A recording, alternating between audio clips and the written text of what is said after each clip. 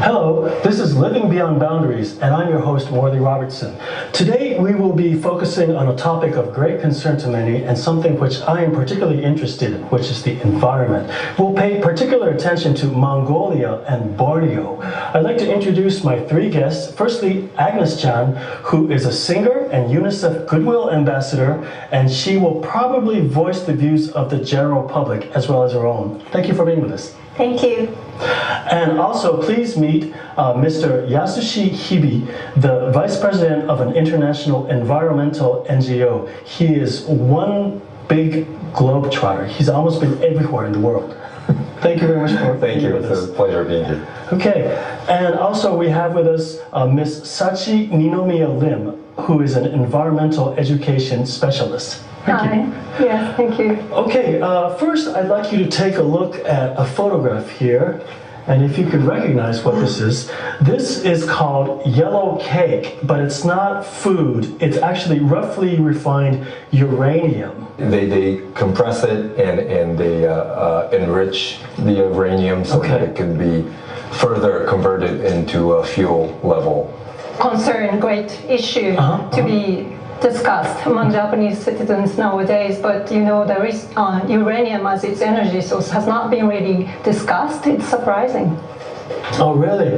Yeah, actually, I was reading a mining interest newspaper that's published in Australia online, and they were talking about how Japan's nuclear power plant restart is going to probably give a boom to their industry. And the whole article was like really optimistic. It's very different from how it's reported in Japan. Yeah. But uranium can be dangerous for the people who live in the production areas, and these are often produced in remote areas that we don't know we really go. Yes. Another thing is that do indigenous people live in these zones where they're mining the uranium? Yes, these are often produced in remote areas, very far from the cities, urban areas where indigenous people usually Right, and ethnic minorities. What I read in some of the newspapers is that they have discovered a lot of potential in Mongolia. Canada, Kazakhstan, and Australia make up 64% of the world's uranium production.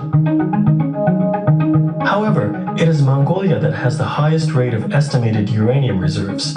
Russia, India, Canada, and France are among countries that mine uranium in Mongolia. China and Japan have also decided to make an investment recently. Competition for Mongolia's uranium is intensifying.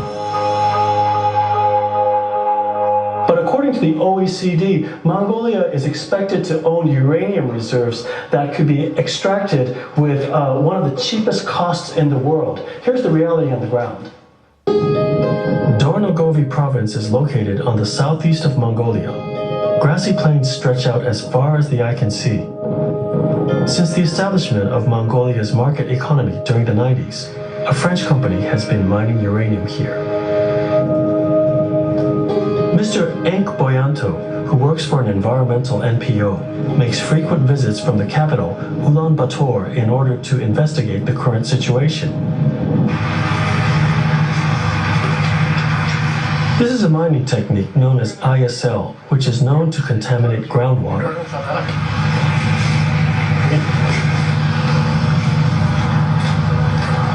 Sulfuric acid is poured in so that uranium is extracted.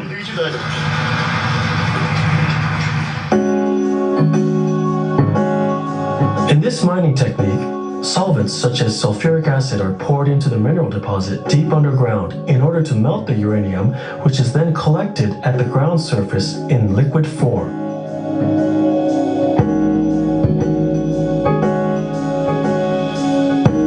Mud filtered from this liquid is carried to factories, where uranium is extracted and refined, turning it into fuel. Mongolian workers have been hired for low pay to do this work. It destroys both the environment and our health. The worksite is fully exposed. Gas emitted from the mining and uranium left on the soil has profoundly impacted the local environment. Groundwater pumped up for mining, as well as soil remaining after the process, were all carried by truck and collected in one place. Soil and water containing sulfuric acid and uranium are left behind, fully exposed to the wind. We visited a nomadic group of people that had pitched their tents 7 kilometers away from the mining site. Хөрмөндийг ашигладаг. Нэг хөрмөнд л хэдэн тоон ч гэлээ ус ашигладаг гэсэн. Тэгээд өдөр шөнөгүй гүний усыг татаж авч байгаа. Энүүнтэй холбоотой хэл гэж бодчих. Жишээ бол өстой 300 тэмээ татвар нороо зогсож байгаа баг харагддаггүй байсан. Одоо бол зүгээр нэг тугуул явахад л харагдаж байгаа.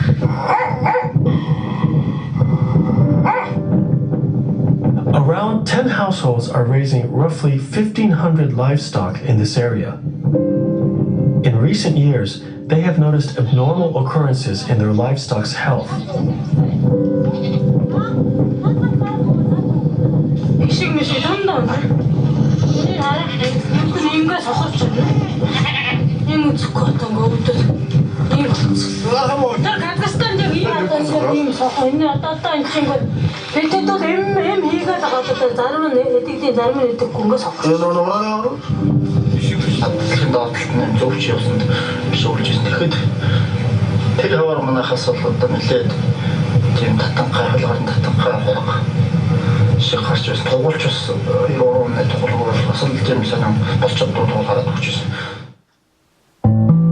Last year, 64 livestock animals were born deformed in this area. It is frequent that lambs are born unable to walk.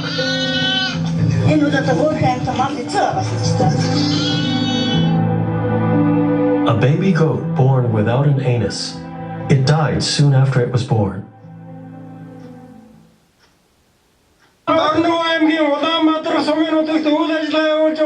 In Mongolia, citizens have started a campaign against uranium mining.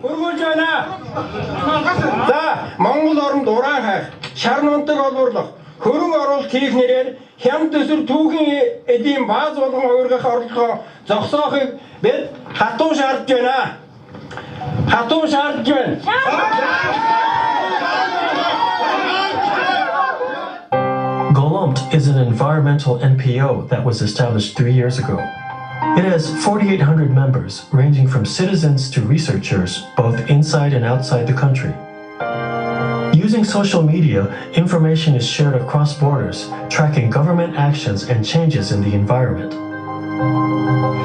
The staff work with Japanese researchers too. Ms. Ryoko Imaoka is one of them. She has been researching the depth and richness of nomadic culture in Mongolia for the last 25 years. She has attended international conferences where she reported on changes in the Mongolian nomads' environment.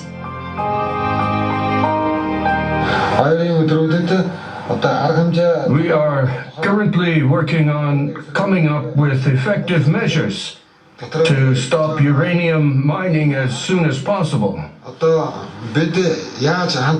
If you have any ideas or suggestions, please share it with us. Of course. By partnering internationally, the people of Mongolia are trying their best to halt environmental destruction.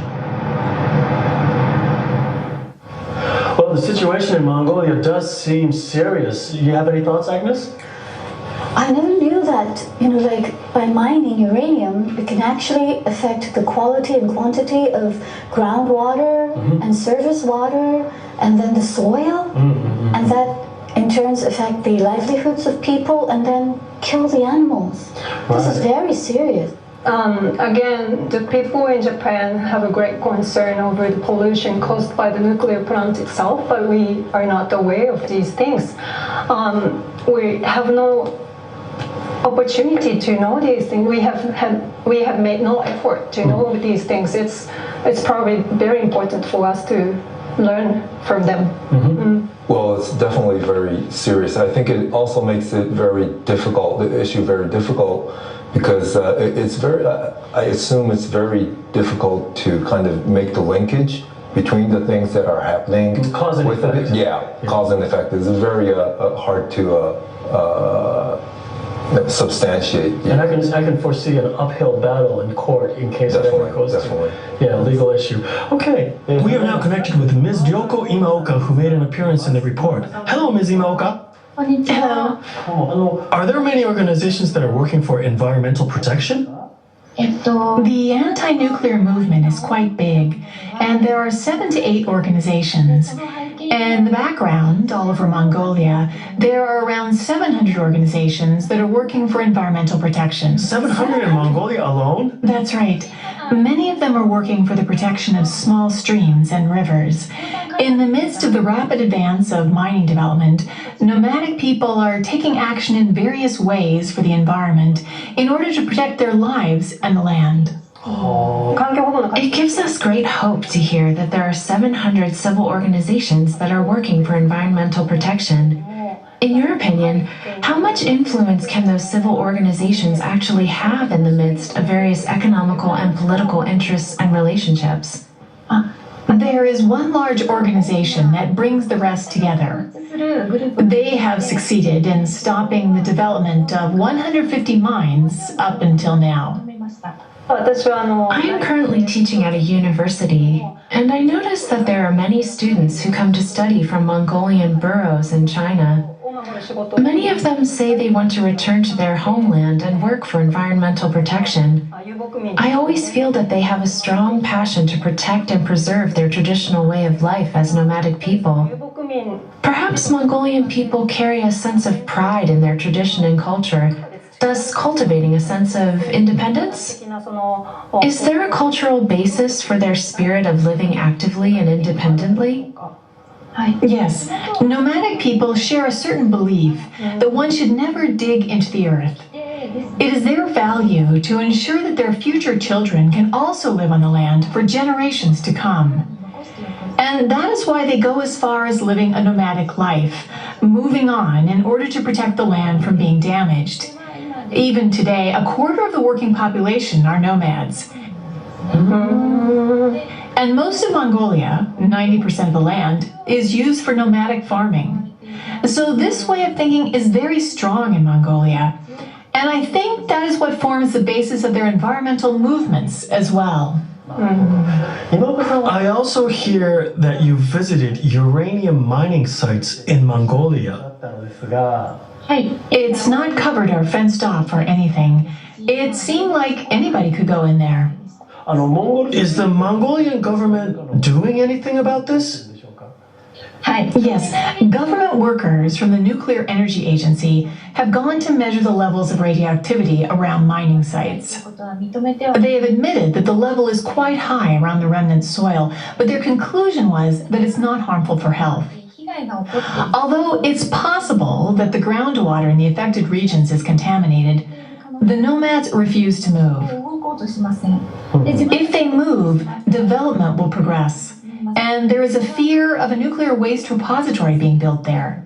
Therefore, in order to prevent any more development, the people protest with not a sit-in, but a live-in.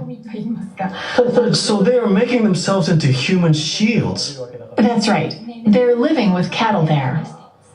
50% of Mongolia's industrial income is generated from these mines. And apparently, 40% of their export income consists of uranium. Taking such reality into consideration, it seems extremely difficult for them to stop mining. What do you think of that? In my view, they keep mining because there are buyers. It's the international society and Japan that is causing them to mine. I see. I would imagine that there are limits to independent civil movements in Mongolia where democratization has taken place only recently. Are there any plans on partnering with people overseas, say NGOs from around the world? Yes, little by little, they're starting to connect with India and the Native Americans in the United States. Most recently, I presented what is happening in Mongolia at a biodiversity conference, COP12, that was held in Korea. So we're looking at possibilities of civil actions by people like you and your partners having impact on governments and corporations. The reason why I started facing this issue is that when I went to Fukushima as a volunteer, and the problem of nuclear waste disposal in Mongolia was exposed by the media, people in Fukushima encouraged me, saying that they can deal with Fukushima, and I, as a researcher of Mongolia, should go and work with the problems in Mongolia. The people of Fukushima really understand what Mongolian people are going through, and I hope there will be more people who are able to think about nuclear problems beyond national borders as something that matters to them.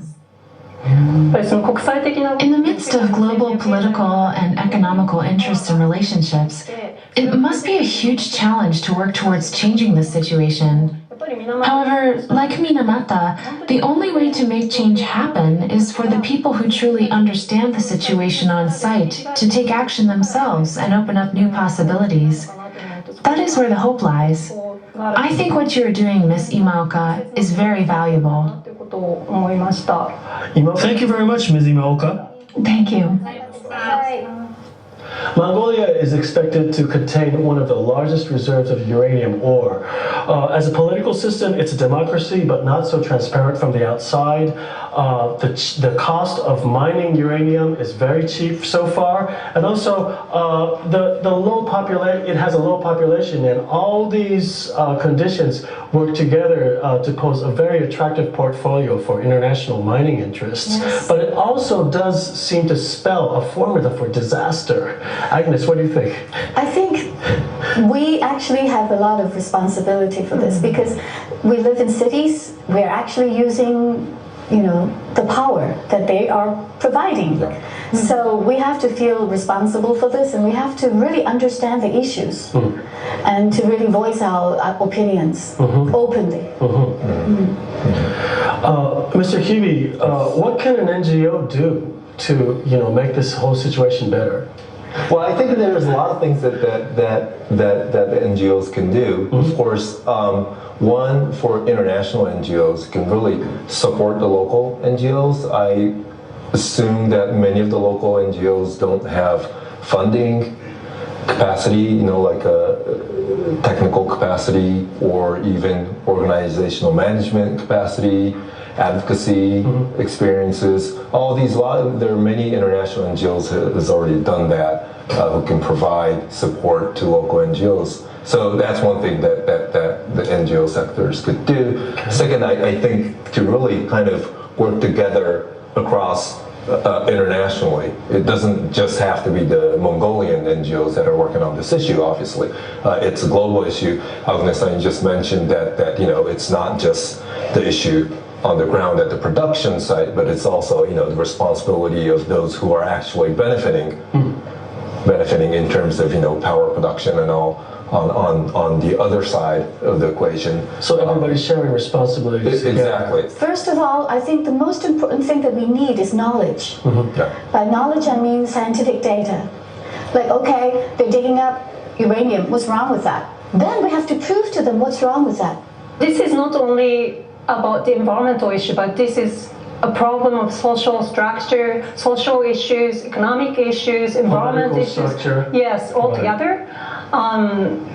So in terms of this, it's important to reconnect all these different issues together to recognize them as a whole, as a whole picture, and to connect again the people who are in different positions. Like in Minamata, scientists had played a big role in collecting data. So to influence the scientists' work, the people's power is very important. People need to be connected to focus on the issue as a whole picture and tell that to the scientists and to the government, to the big power. What can the common people do? The common people, most important thing that we must do is to learn about this. First of all, you have to know about it. If you don't know anything, you cannot make a good choice. In some communities in Japan, the local production and consumption of energy has become a big movement. Some communities are trying to establish their own micro hydros. Micro hydrogeneration. Yes, hydrogeneration power or on bioenergy production, bio power plant. So it's about deciding how we live. Then actually what Japan is now doing is compensating electricity with coal-fired power plants, which obviously we all know is going to add CO2. Exactly. And also exploit people working in the coal mine.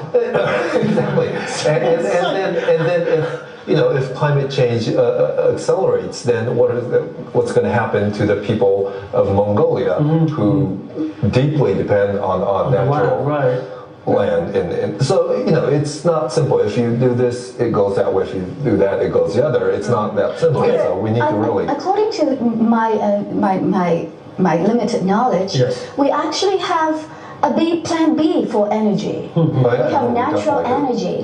You see, which is cost you more in the future. We have to decide that. So if for issues that we don't have a plan B, don't have an alternative, I don't think we have a say. But now we have an alternative. So we should push that. We should buy clean energy, and we want to demand that. That, in the end, will probably help people in Mongolia. Yeah, exactly. As you've just seen and heard, Mongolia has many big issues.